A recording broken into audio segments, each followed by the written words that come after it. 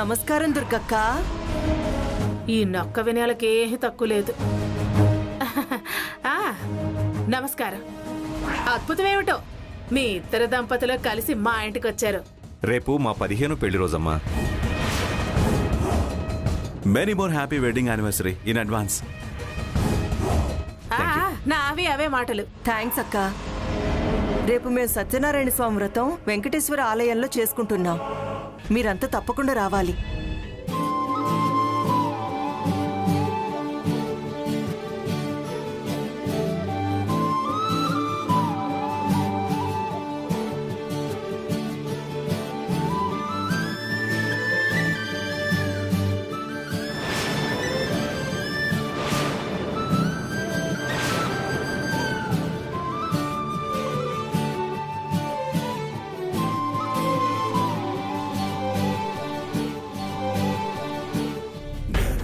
ఏంటిది?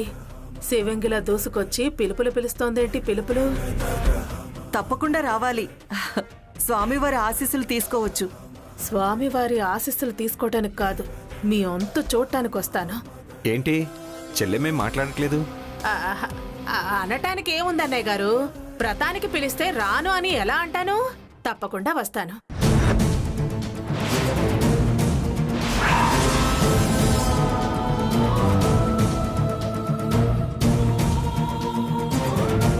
అత్తయ్య ఏంటి ఇలా ఒప్పేసుకుంది? వస్తానంది. ఆ రాక వెనక ఏదో మర్మం ఉంది. ప్రసాదు తప్పకుండా రావాలి. ఆదిత్య, మీ దంపతులు కూడా. అలాగే అంకల్. అలాగే. వస్తాం అక్క. వస్తాం సత్యవతి.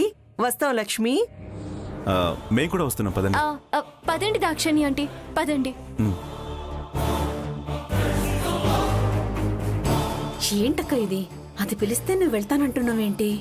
దుర్గమ్మ అంది అంటే దానికో లెక్కుంటుంది.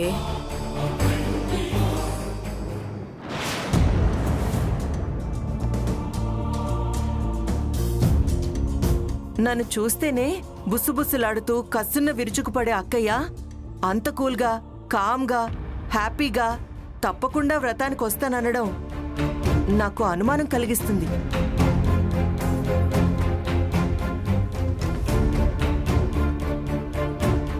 అదేంటి అని రానంటే తప్పు కానీ వస్తానంటే అనుమానం ఎందుకు? రాకపోతే ఇబ్బంది లేదు. వస్తే ఊరికే రాదు, ఏదో ప్లాన్ మీదే వస్తుంది. వచ్చి ఏం చేస్తుందో అన్న భయం. పిలవకపోతే అలుగుతుంది అని ఫార్మాలిటీ కోసం వచ్చాను, కానీ వస్తానని ఇరకాటంలో పడేసింది. వచ్చి పిలిచి వస్తానన్నాక వద్దనలేం కదా ఆదిత్య. అంటే గొడవ ఇప్పుడే అయ్యేది కదా. అలా ఏం జరగదు ఆంటీ, మీరేం భయపడకండి. అంటే జరగదు అని గ్యారంటీ ఏంటి తులసి? మై హూనా?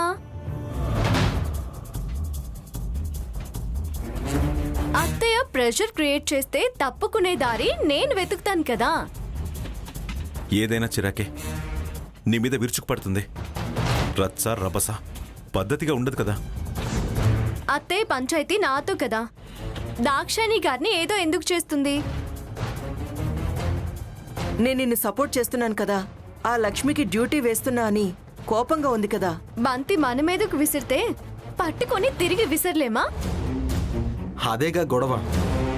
అది జరగొద్దని కదా ఆంటీ భయం. ఒకే చేతికి చప్పుడు రాదుగా. రేపు ఒక్కరోజు దుర్గ ఏమన్నా నువ్వు సైలెంట్గా ఉండు. ఎవరు నోరెత్తకపోతే ఒక్కతే ఎంతసేపు నడుస్తుంది? వాగి వాగి తనే నీరసపడుతుంది. ఎస్, గుడ్ ఐడియా నాన్న. ప్రత్యేకంగా తులసి, నువ్వే ఏం మాట్లాడదు. సరే మావయ్య, నేను మాటిస్తున్నాను కదా. ఏదైనా భరిస్తాను. ఏం చేసినా మౌనంగా ఉంటాను. ఓకేనా? ఇంకే అయిపోయింది. తులసి సైలెంట్ అయిందంటే ఈ ప్రోగ్రామ్ సక్సెస్. ఇదిగో ప్రసాద్, నువ్వు కార్తీ, మనం వెళ్ళి రేపటి వ్రతం కోసం షాపింగ్ చేద్దాం. మళ్ళీ నా కారు ఎందుకు? ఈ కారులోనే వెళదాం. వాళ్ళకేవో వేరే పనులున్నాయంట్లే. అయితే సరే పదండి. రా.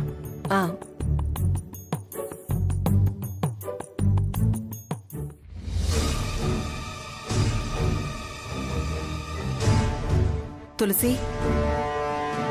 ఏం గొడవ కాదంటావా?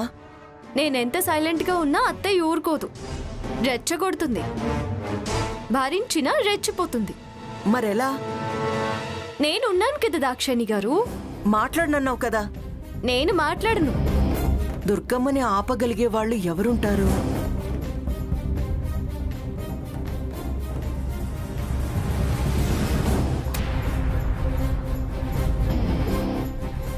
ఎస్, మనం అర్జెంటుగా శాంభవి పెద్దత్తయ్య గారిని కలవాలి. శాంభవి గారంటే ఒకప్పుడు మహిళా మండలి అధ్యక్షురాలిగా చేసిందన్నారు. Yes, exactly. ఆవిడ చాలా మంచి మనిషి, అడగకుండానే సాయం చేసే గుణం, ఎన్నో కుటుంబాలను నిలబెట్టింది. ఇప్పుడు కదా ఆవిడతో నడిపిద్దాం. ఇంట్లో ఉందో లేదో ఒకసారి ఫోన్ చేసి వెళ్దామా? ఈ మధ్యనే అమెరికా నుంచి వచ్చింది అన్నారు. నాకు తెలిసి ఇంట్లోనే ఉంటుంది. లేకపోతే ఎక్కడున్నారో తెలుసుకుని అక్కడికే వెళ్దాం. ఇదిగో, నేనంటే చాలా ఇష్టం ఆవిడికి. పద వెళ్దాం.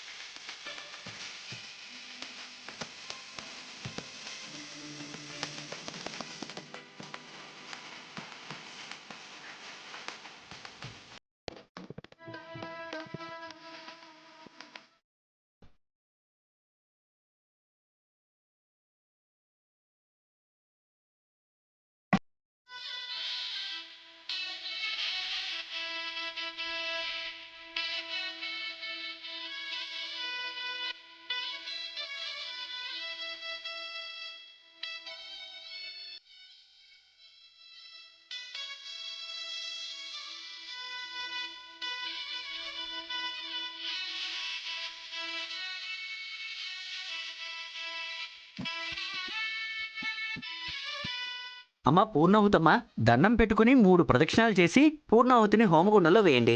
ఓం శ్రీ మహాగణపతి దేవతాభ్యో దేవేభ్యో నమః. పూర్ణాహుతి ఉత్తమాం జిహోతి, సర్వం వై పూర్ణాహుతి సర్వమేవాప్నోతి, అథో ఇయం వై పూర్ణాహుతి అస్యామై ప్రతిష్ఠతి స్వాహా.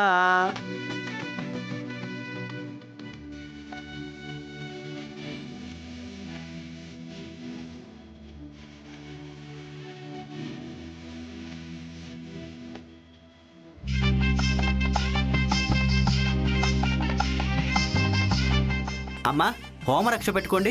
యజ్ఞనయజ్ఞమైజంత దేవా తాని ధర్మాణి ప్రథమాన్యాసంతే నాకం మహిమాన సచింతే యత్ర పూర్వే సాధ్యాసంతే దేవతాః. నమస్కారం అమ్మా శాంభదేవి గారు. దైవ సన్నిధిలో అంతా సమానమే. స్వామి ముందు తల వంచి నిలవాల్సిన వాళ్ళం. మీరు నమస్కరించాల్సిన స్వామికి గాని నాకు కాదు. మాకు మీరే అమ్మవారితో సమానం అమ్మా. మీ అభిమానం కూడా ఆ స్వామి కృపే. సర్వ జగద్రక్షకుడు ఆ పరమాత్ముడు. ఆయన ఆజ్ఞ పాటించేదాన్ని. నన్ను అమ్మవారితో పోల్చకండి. మేడం, అన్నదానం ఏర్పాట్లన్నీ చేశారు మేడం. దానం అనకండి, ప్రసాద వితరణ అనండి. అందరూ అన్నప్రసాదం స్వీకరించి వెళ్ళండి. అలాగేనమ్మా.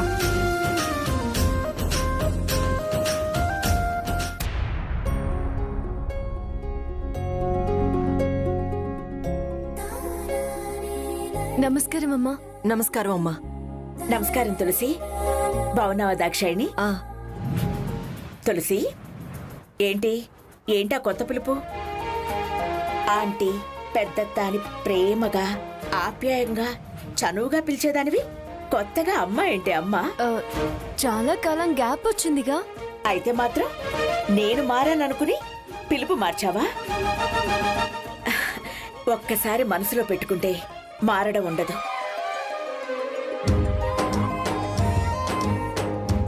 నేను కాదు, నువ్వు మారావు. అందుకే పెళ్లికి పిలవలేదు, తర్వాత మనం కలవలేదు. నువ్వు అమెరికా వెళ్ళావు కదా పెద్దత్తయ్య. కానీ వచ్చి కూడా నెల దాటిందే. పెళ్లి జరుగుతుందన్న నమ్మకం ఆఖరి క్షణం దాకా నాకు కూడా లేదు. అంత సందిగ్ధం, అందుకే పిలవలేదు. అదేంటి? వచ్చి నెల దాటిందన్నావు. నీతో నా పెళ్లి ఎలా జరిగిందో ఎవరు చెప్పలేదా? లేదే. అసలేం జరిగిందంటే ఆపండి ఆపండి ఆపండి.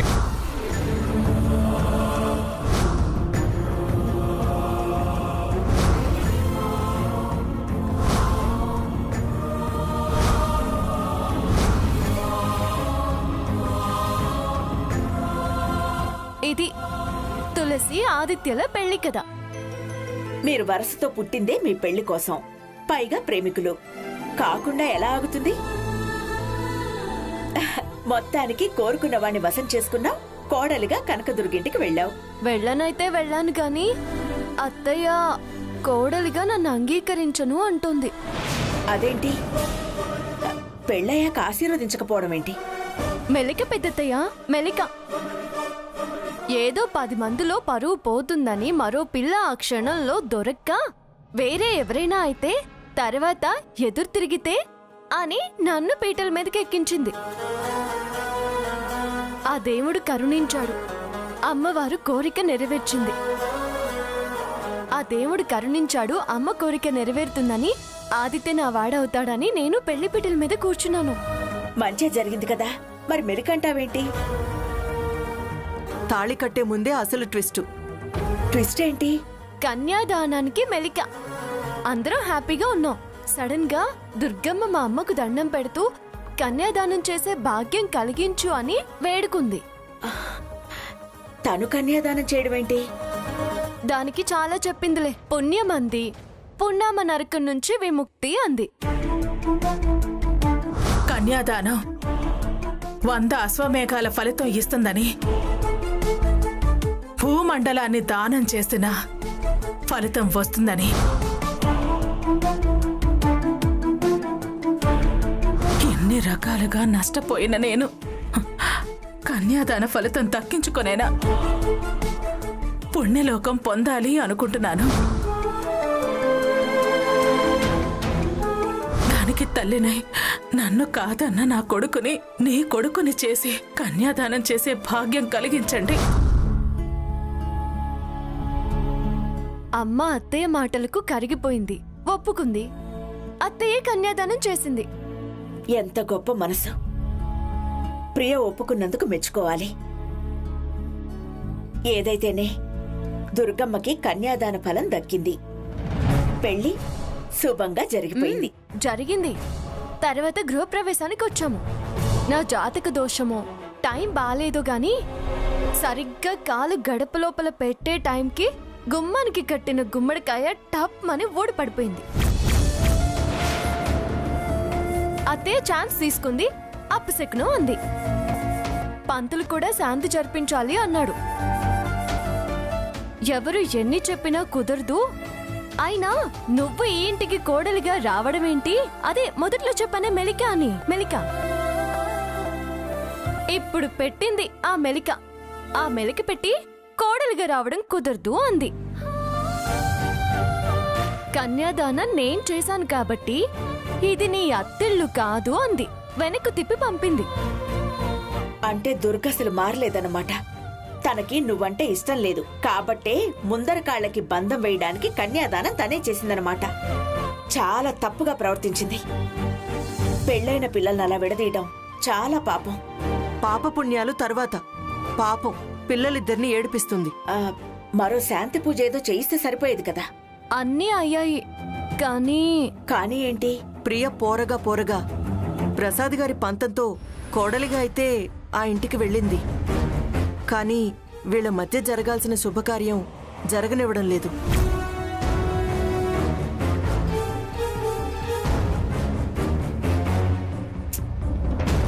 అలా ఎలా? అసలు దుర్గ ఏమనుకుంటోంది? అడిగేవాడు లేరనుకుంటోందా? మొండితనానికి కూడా ఒక హద్దు అంటూ ఉండదా? పదండి, నేనొచ్చి అడుగుతాను.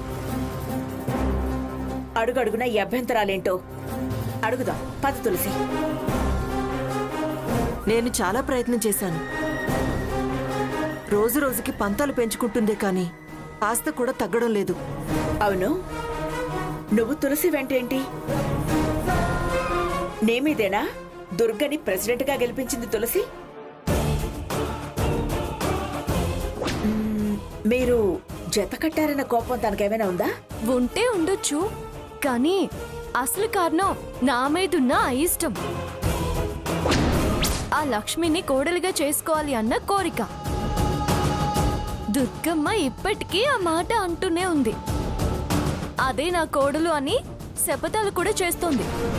నీతో ఆదిత్య పెళ్ళయ్యాక ఇంకా ఆ కోరిక ఎలా నెరవేరుతుంది? అయినా నువ్వు ఆలస్యం చేశావు. ముందే వచ్చి కలుసుంటే ఎప్పుడో మీ సమస్య పరిష్కారం చేసేవాళ్ళం. ఆ సమస్యకి నువ్వే సమర్థురాలివి అని వచ్చాను. అయితే ఇంకా ఆలస్యం ఎందుకు? పద. నేరుగా మనం ఇప్పుడు ఆ ఇంటికి వెళితే దాడికొచ్చారా దండయాత్రకొచ్చారా అని నువ్వు చెప్పింది వినాలా అని రివర్స్ అయినా అవుతుంది. పంతం పెరగొచ్చు. అందుకే మేమందరం ఒక నిర్ణయానికి వచ్చాము. ఏంటది? రేపు దాక్షాయణి ఆంటీ వాళ్ళ 15వ పెళ్లి రోజు. అలాగా? పెళ్లి రోజు శుభాకాంక్షలు. థ్యాంక్ యూ శాంభవి గారు. ఈ టెంపుల్లోనే సత్యనారాయణ వ్రతం చేసుకుంటున్నారు. దానికి మా అత్తయ్య వాళ్ళని కూడా పిలిచింది. మిమ్మల్ని ఆహ్వానిద్దామనే వచ్చాం. తప్పకుండా వస్తాను. ముందు దుర్గను కలుద్దాం, పదండి. చెప్పాను కదా పెద్దత్తయ్య, డైరెక్ట్ గా వెళ్తే యుద్ధానికి వచ్చారా అని అంటుంది. కలవాల్సింది అడగాల్సింది గుడిలోనే. ఆ, గుళ్ళో బాగుంటుందా? తను దీన్నే వేదిక చేసుకుంది. వేదిక? దేనికి? మా మీద కోపం వెళ్ళగక్కడానికి, వ్రతంలో ఏదో రచ్చ చెయ్యాలి అని. అలా ఎందుకు అనుకుంటారు? రేపు మేము సత్యనారాయణ స్వామి వ్రతం వెంకటేశ్వర ఆలయంలో చేసుకుంటున్నాం. మీరంతా తప్పకుండా రావాలి.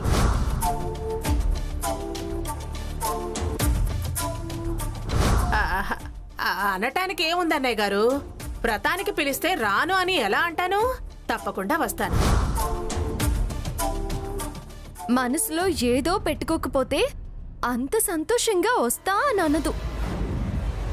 అలా అన్నదంటే ప్లాన్ ఏదో వేసింది, అందుకే. అర్థమైంది. మీరు నన్ను కలవడం మంచిదైంది. దైవ సన్నిధిలో చెప్తున్నాను. తులసి, తను ఏ దురుద్దేశంతో వచ్చినా ఎలాంటి రచ్చ చేసినా అప్పుడే అక్కడే తప్పని వారిస్తాను. ఎంత దాకా అయినా వెళ్తాను. ఆగిపోయిన శుభకార్యం జరిగేలా చేస్తాను. మీ సంసారం సాఫీగా సాగేలా చూస్తాను. లే.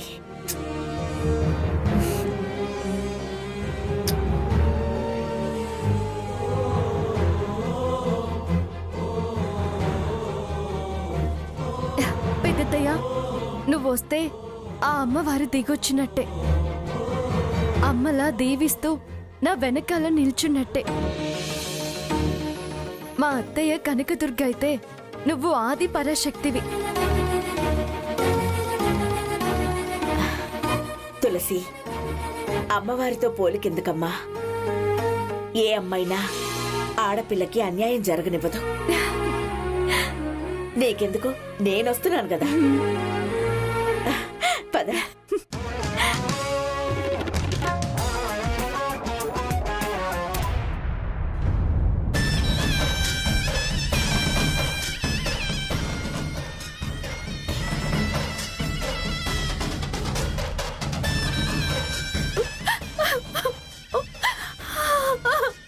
ఇది మళ్లీ కొళాయి తిప్పింది. అక్క దాక్షాయిని ఇంటికి వెళ్తానంటమే కారణమయ్యుంటుంది. అడిగితే అక్క చెప్పదు. దీన్ని ఎందుకా అని అడిగినా అది అడిగిన దానికి సమాధానం చెప్పలేక నేనేడవాలి. అది మాత్రం 7 పాపదు. దాంతో కొళాయి కట్టించాలి అంటే అక్కొక్కతే సమర్థురాలు.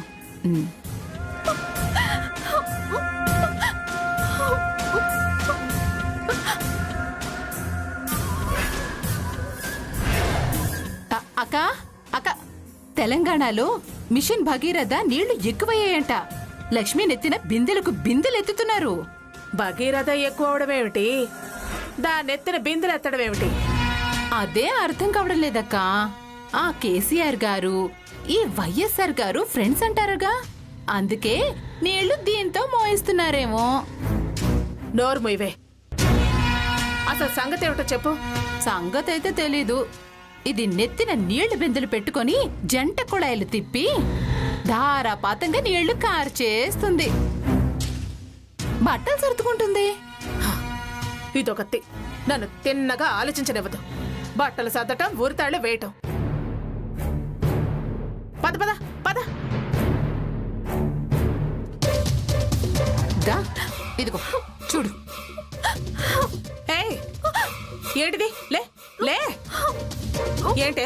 ఎందుకే ప్రయాణం? ఊ అంటే బెదిరింపు, ఆ అంటే బెదిరింపు. ఇంకేమన్నా అంటే ఊరేసుకుంటాను, ఊరెళ్తానని బెదిరిస్తే ఎప్పుడో నీ బతుకు నాన్న అదిగో పులి కథ వద్ది. ఏమైంది అసలు? ఇప్పుడు ఏమైందని బట్టలు సర్దుతున్నావు? ఇంకా ఏం కావాలత్తయ్య? నువ్వు ఆ దాక్షాయిని ఇంటికి వెళ్ళేది